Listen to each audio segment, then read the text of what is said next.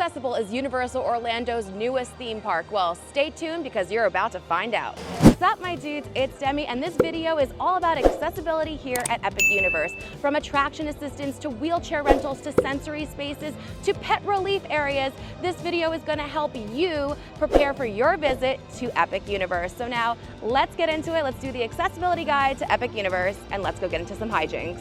Epic Universe is Universal Orlando's newest park, where you hop through portals into immersive worlds, where all the planets align and you can jump into different worlds like Super Nintendo World, How to Train Your Dragon Isle of Berk, Dark Universe, and Harry Potter and the Ministry of Magic. First, let's talk about attraction assistance. If you have a hard time waiting in lines or being in crowds, Universal has attraction assistance to help with this. You receive this physical card, head over to the attraction you would like to go on, and the team member will give you a return time. You're not skipping the line, you're just waiting in line outside of the queue. For example, if it's 12 p.m. and a ride wait time is 1 hour, they're gonna give you a return time at 1 p.m. In order to receive the attraction assistance pass before your trip, at least 30 days before your trip, you need to apply for an individual accessibility card on the IBCCES website. I will link it below. Universal uses this third party in order to make sure that people who actually need attraction assistance are eligible to get it. With this service, you will have to add documents to support your reason as to why you need attraction assistance. You'll see a list of different parks, so you will select Universal Orlando, and if you're going to any of those other parks, click those as well so that you can have accessibility to those parks. Once you receive your IBCCES card, Universal will give you a call before your trip just to plan out as to why you do need the attraction assistance pass. I know this is very long and complicated, but if you do come to the park without that card, you can still go to guest services and try to get the attraction assistance pass, but it's gonna take a lot longer and be a lot more difficult to obtain. So they really recommend you filling that out beforehand. You'll talk to guest services, but then you're gonna be put on a wait list and you'll have to go into the inside guest services and speak to someone inside and wait, and it's gonna take a really long time. So definitely get that card ahead of time. If you have your card, just go to guest services, show them your card, and they will give you that pass really quickly. But what's so cool about Epic Universe and what's really unique, they have 4 concierge booths inside of the park. So if you have that accessibility card, you can skip that probably long line in the front of the park at guest services and go to one of these booths and they can give you your card.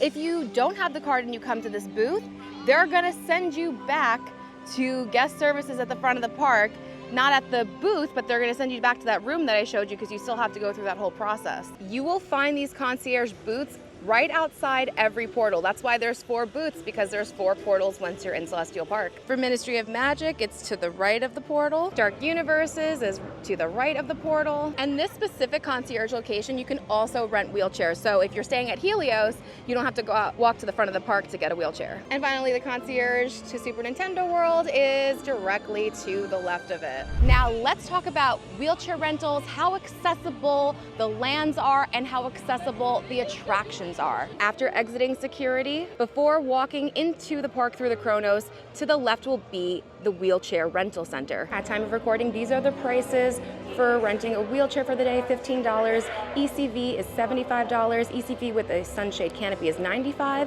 and you can also rent a stroller here for $40. You do have to be 18 or older to be able to rent this. Because this park opened in 2025, it was created entirely accessible. So even though you might see some staircases like this, there is always an accessible way around. Sometimes it's a little bit longer because you have to, like, for instance, go around this entire planter just to get to the same spot where the stairs end. But that's why they really encourage people who have a hard time walking for long distance to get a wheelchair or ECV. Besides Celestial Park that has a few different staircases, all of the lands are one level except for Super Nintendo World, and I really want to highlight this so you are prepared. When you enter the portal to Super Nintendo World, you go up an escalator and you are on the top level. The top level is where you will find Mario Kart Bowser's Challenge, Princess Peach Meet and Greet, and games that you can use your power-up band on. But if you need an elevator, instead of going up the pipe,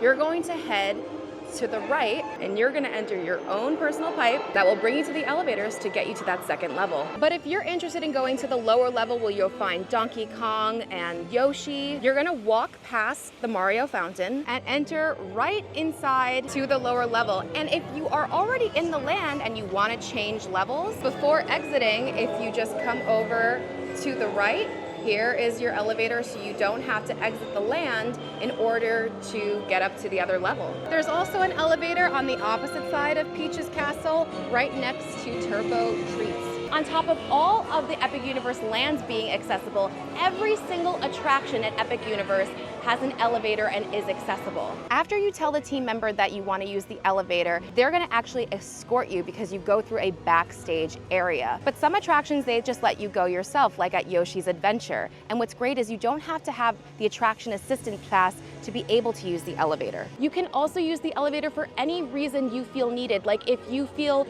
too sensory overloaded in the queue, the elevator will help break that up and it will take you through areas that aren't too loud and chaotic. Epic Universe has 2 shows and both theaters are wheelchair accessible. For this show, Les Cirque Arcanu, they take you through the express pass lane to give you some extra room. Unfortunately, I can't film inside of there, so I am not able to show you how accessible it is. Now let's talk about sensory accessibility. Perfect timing, a great example. This theme park, do you hear how loud that is incredibly immersive. It could be loud, it could be very overwhelming, but luckily there is a place for you to go. If you go to the right of Helios Grand Hotel, the trees are blocking it, but you will find First Aid on the left, but the Family Center on the right. I'm gonna whisper because it's quiet in here. Literally, that fountain show's still going on and it's very quiet in here, which is fantastic. On top of the fact that it's just quiet in general, you have this main room where you can sit down, and they have a quiet room. It's single use, there's a chair in here, and there's sensory boards. So if you need to come in here, kind of take a break, or maybe just play on the sensory boards, this is here for you. They also have private nursing rooms in here as well. Plus, in the very back, there are bottle warmers and a microwave that you're able to use. And they have an ice machine plus 2 sinks with soap to wash everything. And they have a family restroom here that's really, really spacious. And the last thing in here is the pharma box where you can easily get any of the products that are in here. But I recommend if you need anything over the counter like Tylenol or heartburn medication, go over to First Aid next door. There's also a First Aid in the front, and all you do is write down your name and they give it to you for free. Each attraction and show also has accessibility warnings, and you can look these up ahead of time on the Universal website, or check the sensory guide that they will be releasing. I will link it below once it's available, and I'll link below the sensory guide to Islands of Adventure and Universal Studios Florida. On top of the Family Center, each attraction has a family room where you can do rider swap. So if you have a kiddo that is not tall enough to ride or does not want to ride, you are able to bring them onto the queue. One of the parents waits for them in the family room and the other one gets to ride, and then you switch. Are service animals allowed at Epic Universe? Yes. Do you need to tell anyone ahead of time? No. You just bring your service animal, you'll speak to security at the front, and they will let you in, and then they have pet relief areas for you, like right here behind me by Stardust Racers. Just walk past the entrance of the attraction, and then look at this!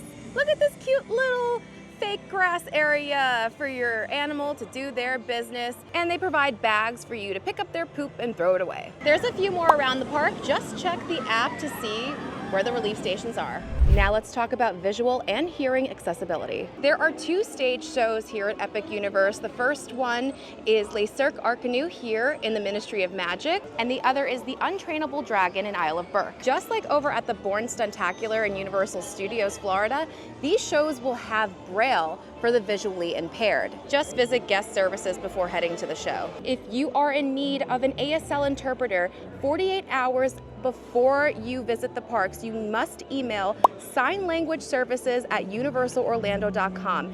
They're going to schedule a time for you to see these shows with an ASL interpreter. There will also be closed captioning and assistive listening devices for both shows and even some attractions. So if you want to find out that list, it will be on the accessibility guide that Universal will be releasing. I will put it in the description box below once that is available. You can also call guest services to get that list as well. Lastly, I want to quickly talk about something that Universal has had issues in the past in their other parks, and that is size inclusivity within their attractions. Unfortunately, for many people, a lot of the rides over in Islands of Adventure and Universal Studios Florida are not accessible because they are not made for larger size bodies. Now, even though I'm no size 2, I am a person that does fit in every single Universal attraction across the parks, even in Japan, and I'm a size 14. But I did experience the parks with some of my friends in larger bodies,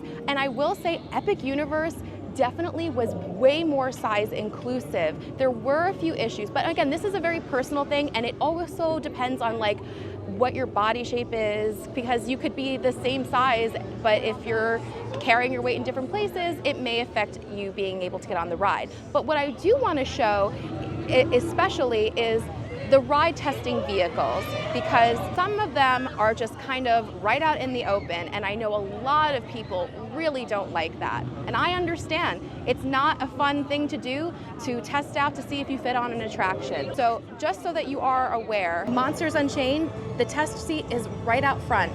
And unfortunately, this was one of those attractions that my friends were not able to fit on. I would definitely look into other creators who are personally doing this, but I will say what we did notice is that any over-the-shoulder lap bar situation, like here, over at Stardust Racers, those were the attractions that they had issues with. Or something like Curse of the Werewolf is kind of hidden a little bit more, but the majority, they are out in the open, so just be prepared for that.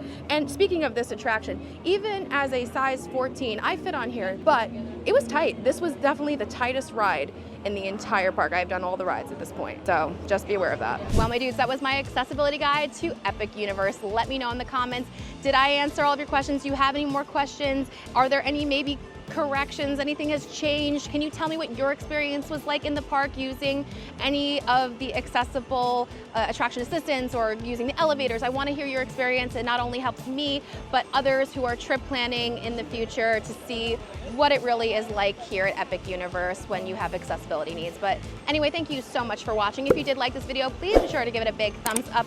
Don't forget to subscribe and hit that bell notification so you don't miss anything that goes on this channel. Follow me on Instagram at Magical Hijinx.